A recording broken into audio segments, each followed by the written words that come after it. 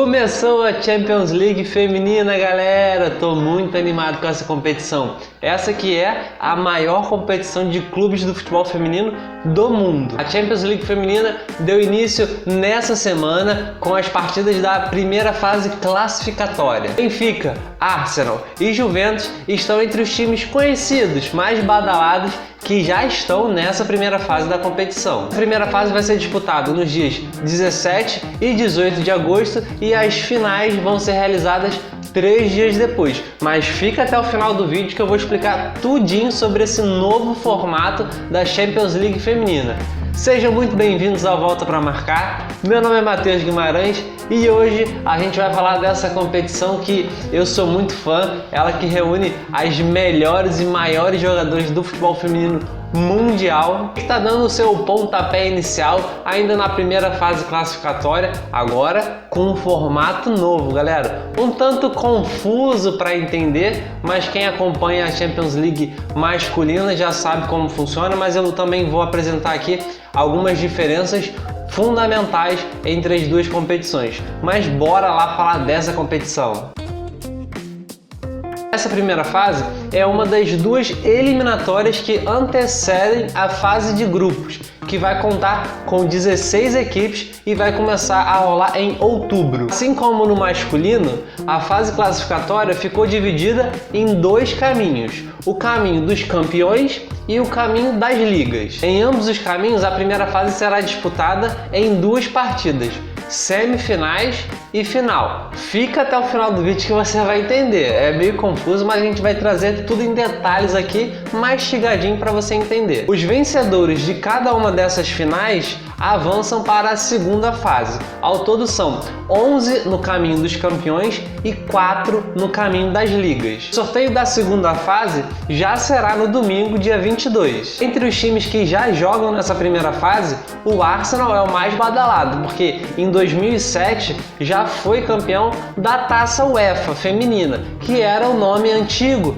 da Champions League feminina. E a velha senhora, a Juventus, tenta chegar à sua final inédita e improvável, isso porque a grande final será disputada no seu estádio em Turim no dia 22 de maio de 2022. Então, nada melhor do que disputar uma final de Champions League em casa, não é verdade? Mas a tarefa é complicada para a Juventus. Bordeaux, Hoffenheim, Milan, Celtic e Lokomotiv de Moscou são alguns dos times estreantes na Champions League feminina e que na Champions League masculina a gente já está acostumado a ver em campo. Agora vamos começar a entrar em detalhes desse formato da Champions League feminina, que, como eu falei, segue o modelo da Champions League masculina, mas com uma grande diferença que eu vou falar só no final. Mas fica aqui com a gente, olha só. Todos os grupos possuem 4 equipes, exceto o grupo 11 do Caminho dos Campeões, que só possui 3 equipes. No Caminho das Ligas, são 16 equipes divididas em 4 grupos com 4 equipes cada. Só os melhores de cada grupo avançam para a segunda fase, lembrando que é em formato de mata-mata. Semifinais e a final. O campeão avança para a segunda fase. As partidas foram definidas em sorteio previamente. No caminho das ligas, os grandes favoritos eu já vou trazer aqui para vocês. Olha só, o Milan, o Bordeaux, o Levante, que é o time da Giovanna Queiroz e provavelmente o time da Giovanna Crivellari, que no momento de gravação desse vídeo ainda não anunciou o seu vídeo, mas tem tudo para aparecer aí no Levante para jogar com a Giovanna Queiroz e com a Jucinara. E o Arsenal, da Viviane Miedema e de outras grandes craques da seleção inglesa e que vai jogar essa primeira fase também. Olha só quem é que vai entrar direto na segunda fase. Anota esses nomes: Lyon, Wolfsburg, Manchester City e Real Madrid são alguns dos times que entram direto na segunda fase no caminho das ligas. Já no caminho dos campeões, são 43 equipes divididas em 10 grupos com 4 equipes e um grupo que eu falei, o grupo 11, que tem apenas 3 equipes. Os 11 vencedores de cada grupo avançam para a segunda fase, naquele mesmo formato. Semifinais, final, o campeão avança. Alguns favoritos são o Benfica e a Juventus, como eu falei, que vai tentar jogar uma final improvável no seu estádio. E assim como no caminho das ligas, no caminho dos campeões também tem alguns times que entram direto na segunda fase. E aí tem a ver com o ranqueamento das ligas na UEFA, uma parada super confusa que não vale a pena falar aqui. Mas o que vale a pena falar aqui é que o Sparta Praga, o Häcken e o Køge entram diretamente na segunda fase no caminho dos campeões. O tão aguardado sorteio da fase de grupos está previsto para o dia 13 de setembro. E finalmente o início da Liga dos Campeões oficialmente, que é o que a gente gosta de ver, a fase de grupos, terá início 5 e 6 de outubro. E olha só que novidade bacana, galera! Os jogos vão ter transmissão pelo YouTube lá no canal do DAZN, de graça, galera. Isso tem a ver com um acordo que a plataforma DAZN fez com a UEFA a fim de dar maior visibilidade a esse campeonato. Serão 2 anos aí transmitido de forma gratuita e a partir do 3º ano aí sim só para quem for assinante do DAZN. E eu vou te falar, vai valer a pena assinar a DAZN só por conta da Champions League, galera. Agora que vocês já entenderam o formato, que é basicamente o mesmo formato de classificação nos campeonatos masculinos, agora eu vou trazer aqui a diferença. Então, galera, vamos trazer aqui agora então algumas comparações em relação ao formato da masculina como da feminina. Como eu falei, esse formato aí da fase classificatória na feminina é o mesmo formato da masculina, só que tem uma diferença crucial.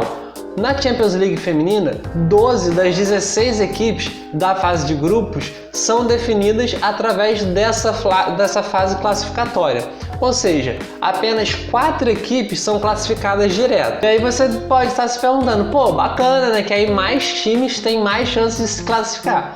Pois é, só que o problema é que depende muito do sorteio. A gente pode ter, por exemplo, equipes grandes de camisa e que têm um potencial técnico muito maior, como por exemplo times da Inglaterra, times da Itália, times da Alemanha, caindo já na primeira fase, dependendo do adversário do sorteio, enquanto times da Eslováquia, da República Tcheca ou de outros lugares que têm um futebol menos expressivo, classificando direto porque vão pegando um sorteio favorável. Então isso é muito ruim para a competição, porque aí vai chegar na fase de grupos mantendo um desequilíbrio, né? Vai ter equipes muito boas, outras muito ruins, muito abaixo, justamente por causa que vai depender da sorte, né? Desse sorteio maluco que a UEFA inventou para a Champions League. E aí você deve estar se questionando também, mas você disse que é o mesmo formato da masculina e na masculina isso não acontece. É verdade, galera, mas olha só a diferença fundamental e básica. Na competição masculina, das 32 equipes, apenas 6 se classificam pela fase classificatória. Todas as outras equipes entram direto, que são os primeiros lugares e os segundos, os terceiros e os quartos das principais ligas do futebol, que no futebol feminino não foge à regra, galera. Se no masculino a gente tem Inglaterra, Itália, França, Espanha como os grandes centros do futebol europeu, no futebol feminino é a mesma coisa, galera. Então assim, na Champions League feminina a gente poderia ter o inverso, na verdade, das 16 equipes, 12 se classificando diretamente e aí favorecendo, lógico, as principais ligas, galera. Espanha, França, Alemanha, Inglaterra, que são as ligas que de fato investem, que têm os maiores clubes, que imobilizam a grande torcida, não é verdade? A gente precisa trabalhar também as competições do futebol feminino como um grande produto e quanto mais times de camisa mobilizando as maiores torcidas,